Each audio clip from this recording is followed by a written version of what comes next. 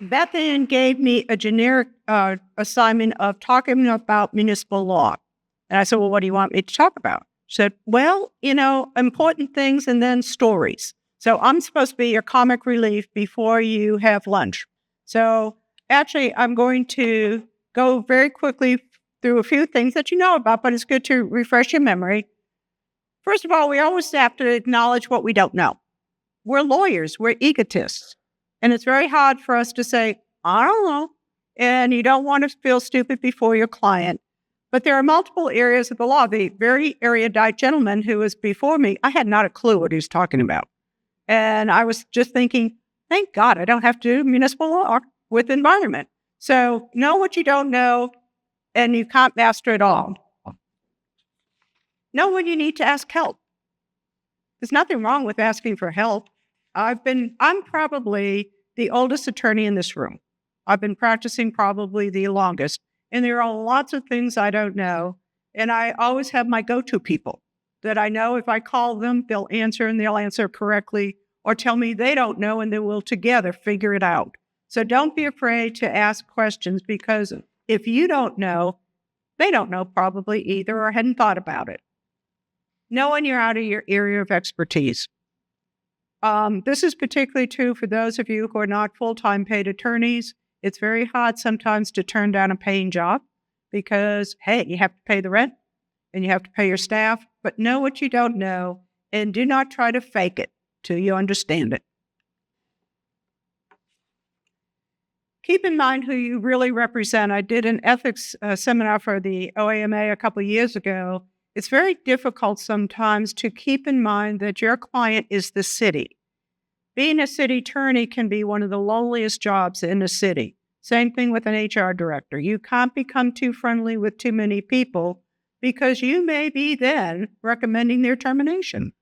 So you really have to remember that ultimately you represent the city, not the person you have lunch with or you go out to have drinks with on Friday.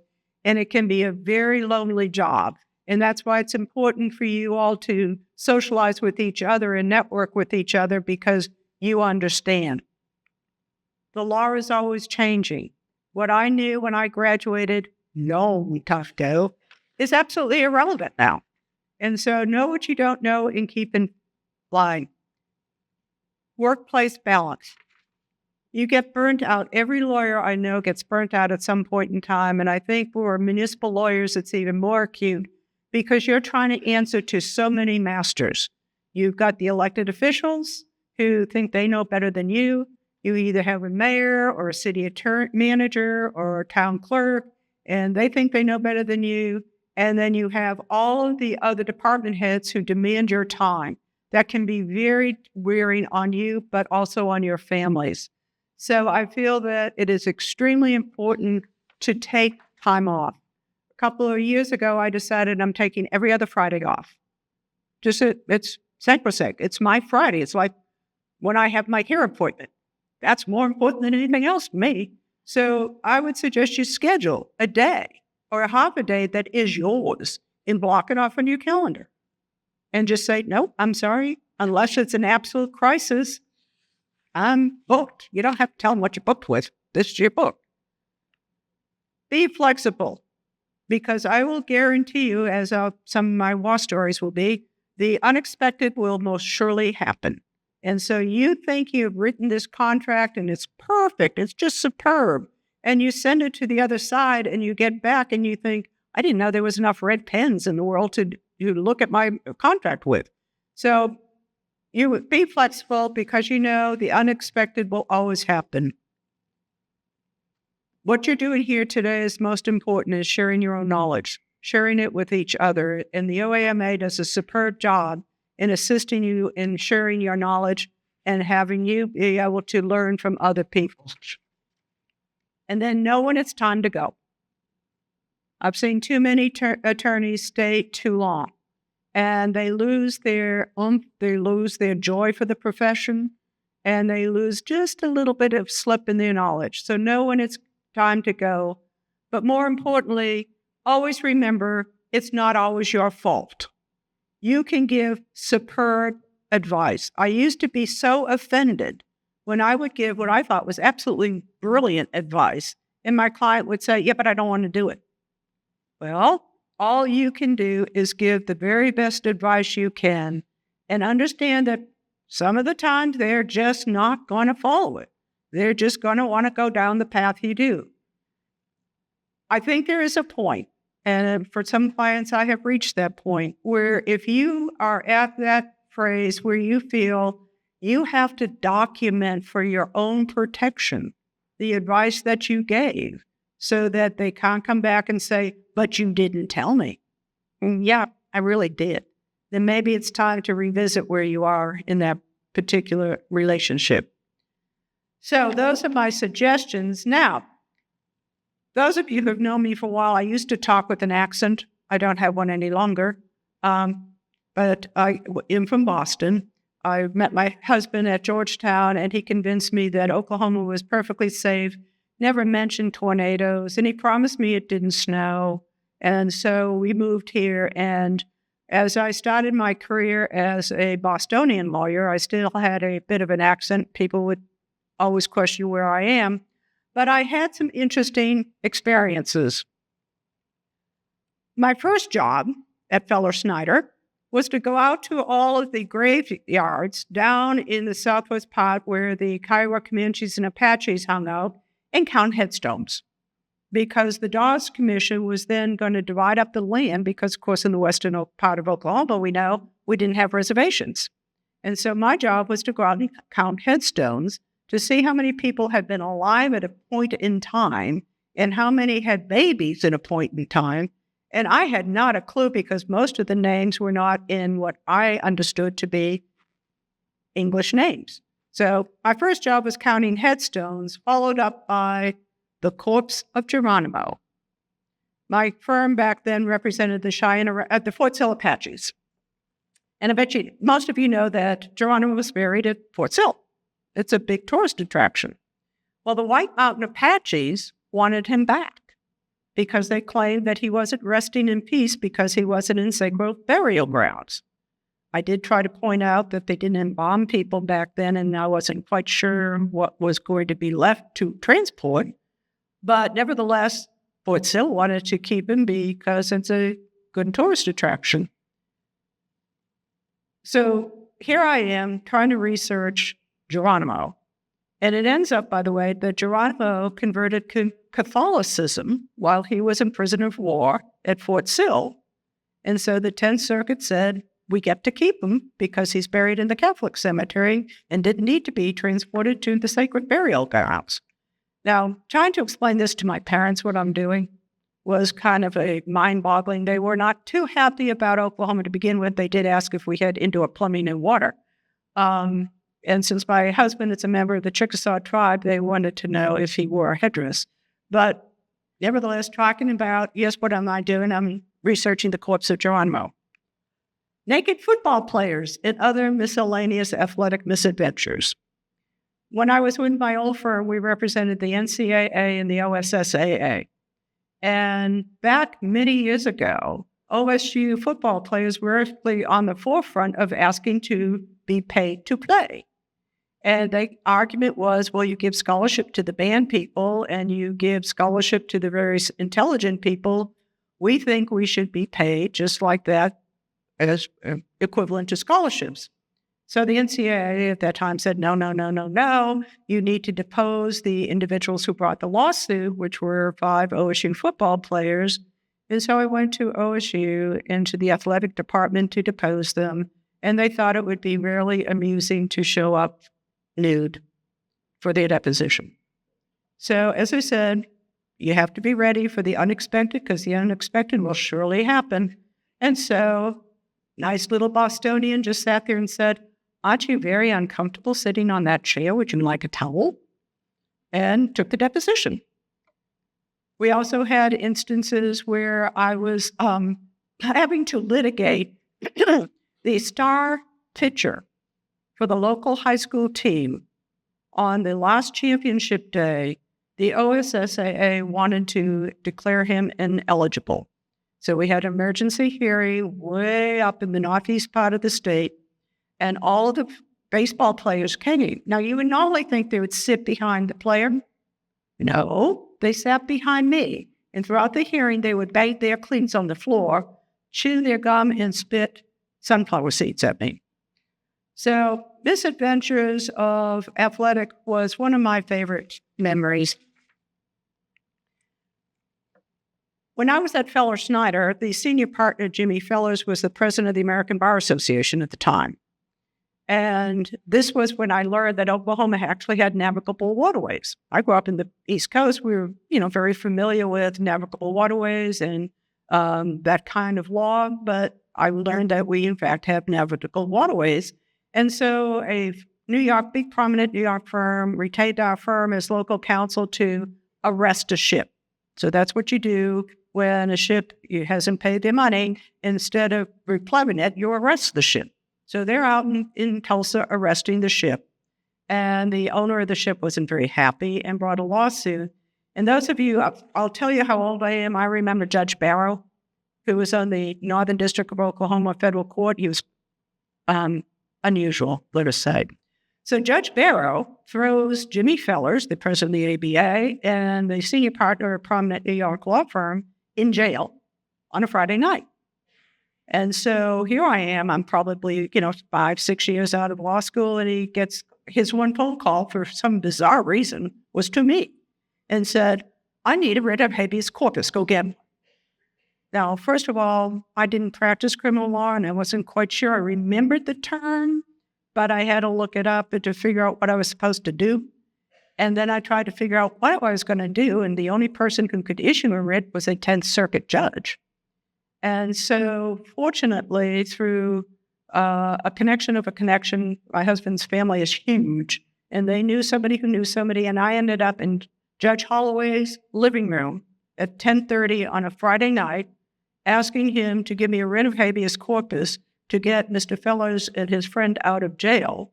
And after jokingly saying, are you sure you want to get him out of jail? He issued the writ of habeas corpus, and I had to go up to Tulsa to get him out. The side story of that is the 10th Circuit knew that Judge Barrow was cuckoo, and so they put it on an expedited appeal. And so I had like 10 days to write a brief. And I'm thinking, oh my God, I don't do criminal law. What am I going to do? And I get a call and saying, oh, remember that expedited brief? Don't worry about it.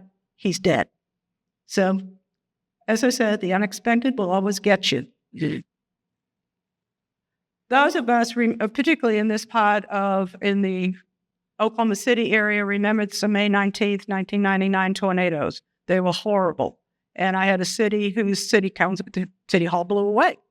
And back then, we really were not prepared for these kind of major catastrophes. Since then, the municipal law group has gotten together. They've gotten us good forms. Well, we didn't have them back then. And so the question was, could we have a city council meeting in my living room?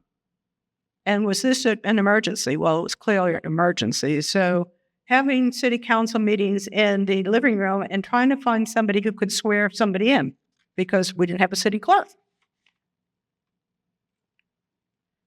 Relitigating a case before the same district judge who you've just gotten overruled by the United States Supreme Court.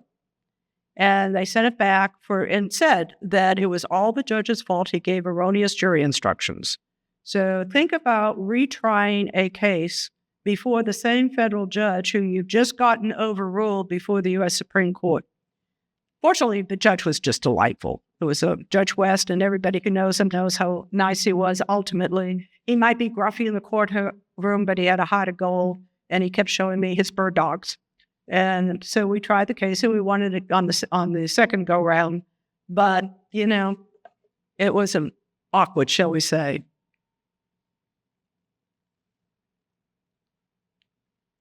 Overcoming cultural differences. As I said, when I first moved here, I was from Boston. I had an accent, and I was appearing in a court up in the far north part of the state. Actually, we were trying a case in Guyman.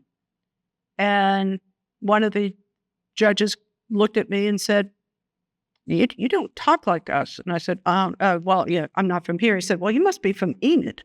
Because I'm, a little bit east of Enid. litigating when you're 9 months pregnant. Hey, it's really worked well because you'd go to a motion docket and every man would stand up and say, take her first. But then it kind of surprised them because they would say, oh, you're a girl. I said, yeah, wow, you passed biology. Sometimes you just can't really make this stuff up. Riots and other misadventures. So I had a lovely city manager who I really liked a lot, and he called me up at 10 o'clock on the morning and said, I need help.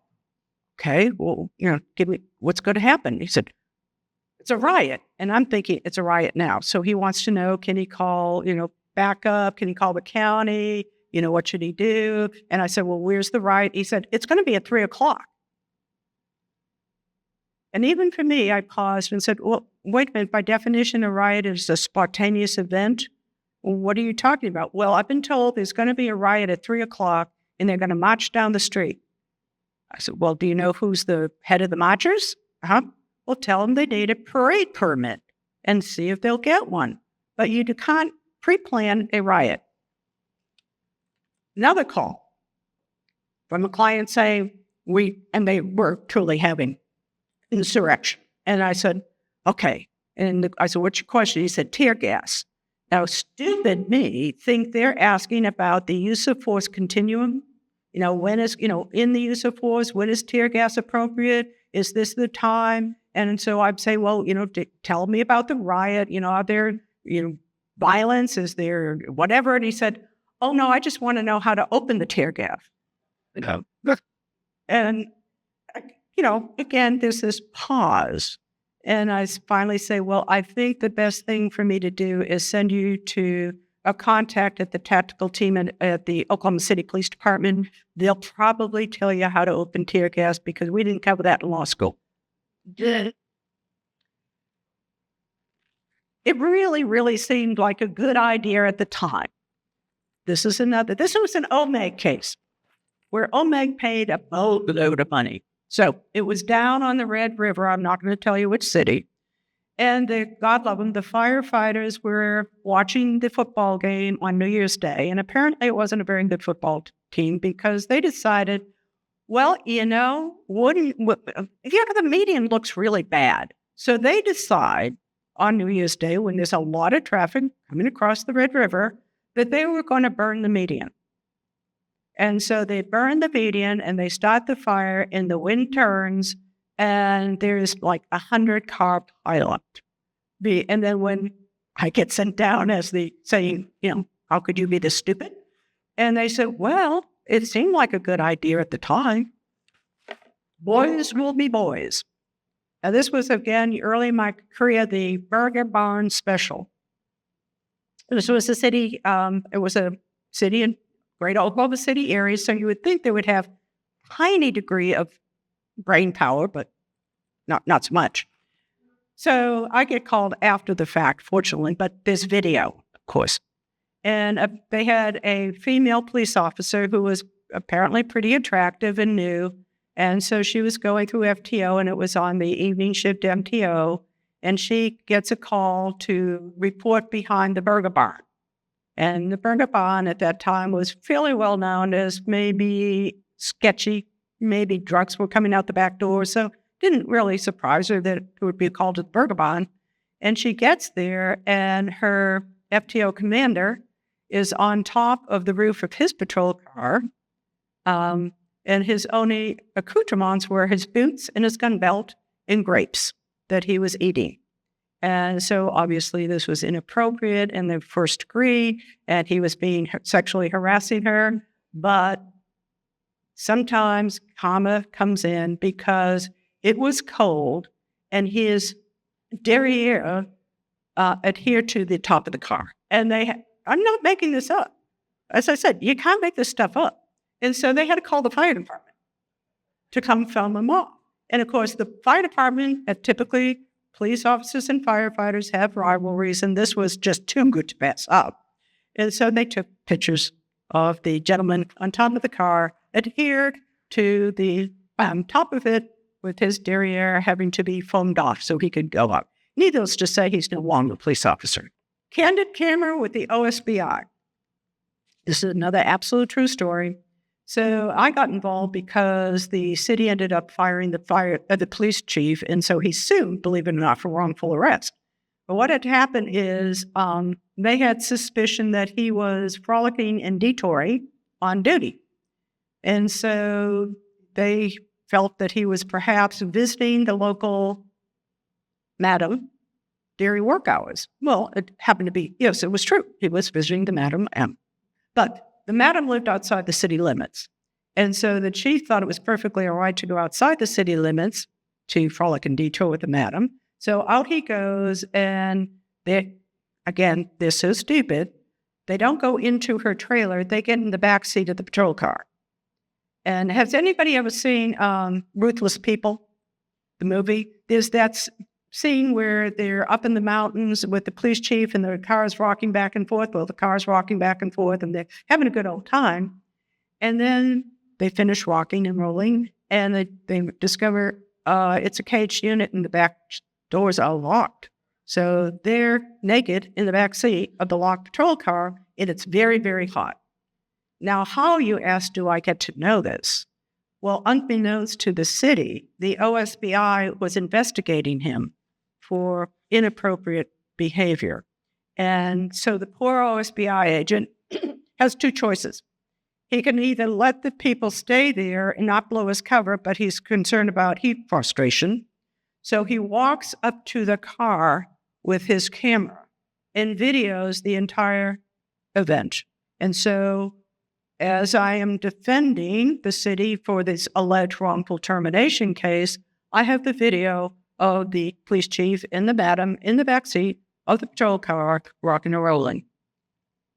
Another favorite but oldie but goodie is there was a small city where there was some belief that perhaps there might have been some corruption, and the person impounds a car. Now, I know there was a lot of material that is very good about impounding cars now, but in this case, the woman whose car was impounded said, "I had jewelry in there." And I said, well, okay. So I asked the chief, did you see that? Did you find a diamond ring? He said, oh, yeah, but it just caused it to fall out of the car. And so I figured it was, finders keepers. We're just playing around with guns. Now, this probably has occurred to some of you guys, too, is sometimes the boys like their toys. And in this particular case, the boys were in the locker room showing off their personal weapons, thank goodness, and they ended up shooting each other in the foot. And so what did they do? They want workers' comp. After all, we were there. This was actually an OML story more than I happened to be there, though. And so we were coming back from lunch with the then general counsel and walking into OML, and the receptionist said, oh, you had a call from the city. And Diane Petticoat said, well, what city? And she looked a little bit and said, oh, one of those broken cities. Well, she couldn't remember if it was Broken Bow or Broken Arrow, but it was certainly a broken city. Each one of you probably have had this experience more than once. And when the conversation starts with, would it be all right if I did? And what do you know? They did it. They're asking you to fix it. And sometimes you just can't fix stupid. Okay, this is really did happen a couple of years ago. Kill the Whitey. That was me. So I'm down in Idabel, where I should never have been anyway. But I was down in Idabel, and Idabel at the time had a strong mayor form of government. No, it had a council. It had a city manager, new, but they had a council. But the council approved terminations, hiring and terminations of department heads. Some councils had that. And so they were terminating the fire chief. And the fire chief was African-American. There's not a lot of African-Americans in Idabel. And his brother, however, was on the council, who was going to vote and would not recuse himself. And so I go down to Idabel, and I have a good friend of mine who, well, I should say she considers me her ex-best friend. I convinced her she wanted to be she was going to represent the council. And then I got my court reporter. So all three ladies go down to Idabel. Bad idea to begin with. And both of them have dark hair and fairly dark complexions, and I'm from Boston.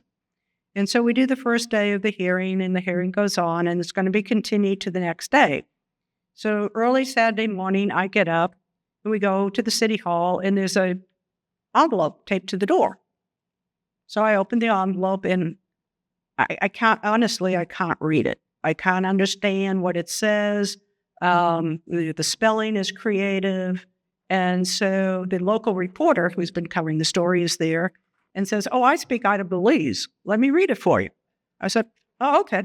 So I give it to him, and he's reading it, pauses, reads it again, gets up and leaves, comes back and said, "I think you're the whitey."